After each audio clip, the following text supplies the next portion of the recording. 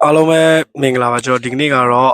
ညကကြီးချန်ပီယံလိကစားခဲ့တဲ့ဒီအက်တလက်တီကိုပွဲနဲ့အက်တလက်တီကိုနဲ့အာဆင်နယ်ပွဲစဉ်ပြီးမှနီးပြအာဒီတာကိုအင်တာဗျူးတာလေးကျွန်တော်ဘာသာပြန်ရမှာဖြစ်ပါတယ် Let's go မိကေကွန်ယူပါတယ်ကစားသမားတွေပြည်သက်တွေနဲ့ကုအတွက်လောက်တိကွန်ယူမိလဲဆိုတာစကလုံးနဲ့ပေါ်ပြပေးနိုင်မလားခင်ဗျဟုတ်ကဲ့တကယ်ကိုမြုံနိုင်စရာကောင်းတဲ့ညတညပါကျွန်တော်တို့အတူတူတမိုင်းသိရေးထူနိုင်ခဲ့ပြန်ပြီဒီကလပ်နဲ့ပတ်သက်ဆက်နွယ်နေတူတိုင်းအတွက်ကျွန်တော်ရန်ကိုပြောရွှင်ကွန်ယူမိပါတယ်ကွင်းပြင်ဘက်ကနေကျွန်တော်တို့ကိုကြိုးစိုးခဲ့ကြတဲ့ပုံစံကလည်းထူးခြားပြီးတကယ်ကိုတမှုထူးခြားနေတာပါပြည်သက်တွေဖန်တီးပေးခဲ့တဲ့အငွေအေးအားအင်းတွေနဲ့လူတိုင်းကိုတက်ကြွလာအောင်မြင့်တင်ပေးခဲ့တဲ့ပုံစံတွေကဒီညကိုထူးခြားဆုံးဖြစ်ပါစေခဲ့တော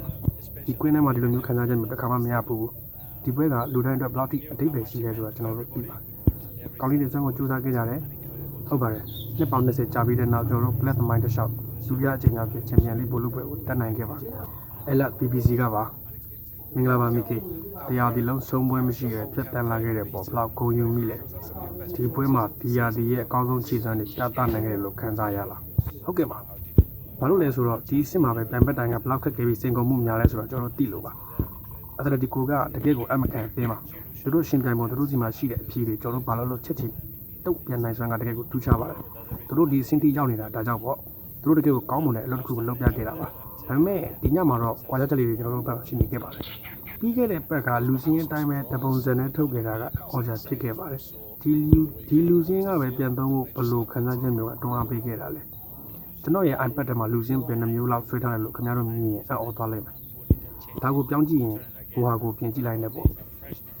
ဒါကိုပြောင်းပြင်ကြည့်လိုက်ဒီဘက်ကဒီလိုပြင်ကြည့်လိုက်နေပဲဒါပဲရှိတာပါလူတစ်လဲရင်ဘလို့ဖြစ်မလဲသူတို့ဘာလုပ်ရင်ကိုကဘာပြန်လုပ်မလဲစသဖြင့်ပေါ့နောက်ဆုံးမှာတော့ကျွန်တော်ရဲ့ဗီဇအတိုင်းပဲဆုံးဖြတ်ခဲ့တာပါလွန်ခဲ့တဲ့ရက်ပိုင်းကဖူဟန်နဲ့ပွဲမှာသူတို့ကိုမြင်ခဲ့တဲ့ခန်းစားချက်ကအရန်ကိုကောင်းနေလို့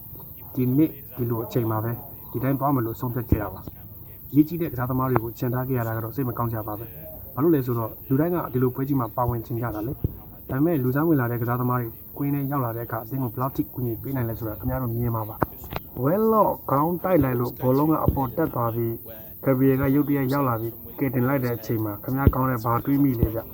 ချက်ချင်းပဲကျွန်တော်စနေကလေးတွေမိဘတွေညီမနဲ့ကလပ်နဲ့ပတ်သက်သူအားလုံးကိုပြင်းနေမိသွားတယ်။ဘာလို့လဲဆိုတော့အဲ့ဒီချိန်မှာခန်းစားချက်ကဘာလို့လဲဆိုတာကျွန်တော်ချက်ချင်းသိလိုက်လို့ပါ။အဲ့တော့ပိတ်သက်တွေရဲ့မျက်လုံးနဲ့ဂုံယူပျော်ရွှင်နေတဲ့အမူအရာကိုမြင်ခဲ့ရတယ်။အဲ့ဒါကပဲကျွန်တော်တို့လောက်ရဲ့အသေးပဲရှိစီခဲ့တာပါ။တခါလေဒီအလုပ်ကိုဘာလို့လုပ်နေလဲဆိုတာအကြောင်းပြချက်ကရှာရခက်ပေမဲ့ဒီလိုမျိုးတွေဖြစ်လာတဲ့အခါမှာတော့ကျွန်တော်တို့စူးစမ်းခဲ့တဲ့အရာအလုံးကထိုက်တန်သွားပါပြီ။လွန်ခဲ့တဲ့900ဒီလောက်ကဥယျာဉ်ပါဝင်ပြင်မြခဲ့တာကနေယူရိုပါလိပြီးတော့ချန်ပီယံလိအခုဘိုလူပွဲတီရောက်လာတဲ့ခီးစင်ပေါ်ဘယ်လိုမျိုးသုံးသပ်ချင်လဲဟုတ်ကဲ့ဒါကတကယ်ကိုခက်ခဲပြင်ပန်းပါတယ်ဒါပေမဲ့ကျွန်တော်အားလုံးကကလပ်ပေါ်မှာထားရည်မှန်းချက်တူညီခဲ့ကြတာပ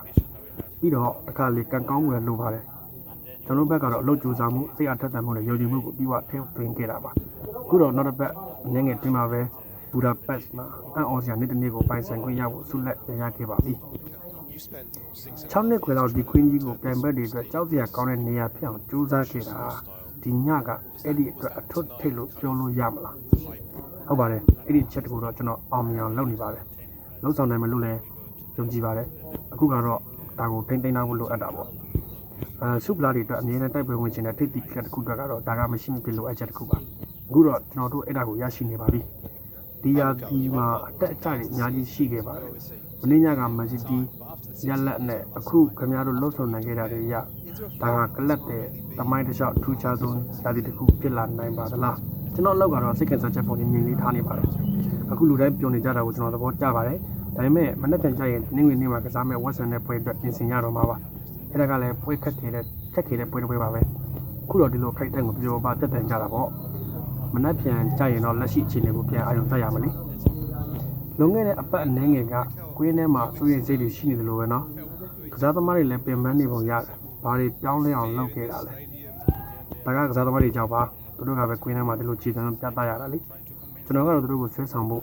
့ချစ်ချင်းမေတ္တာတွေပေးပို့တဲ့ကျွန်တော်အမြင်မှာအရေးကြီးဆုံးဆိုတာကိုကျွန်တော်ရှင်းရှင်းလင်းပြောပြဖို့ပဲလုပ်နေတာပါဒီကစားသမားတွေနဲ့ဝန်ထမ်းတွေကတကယ်ကိုအံ့ဩဖို့ကောင်းပါတယ်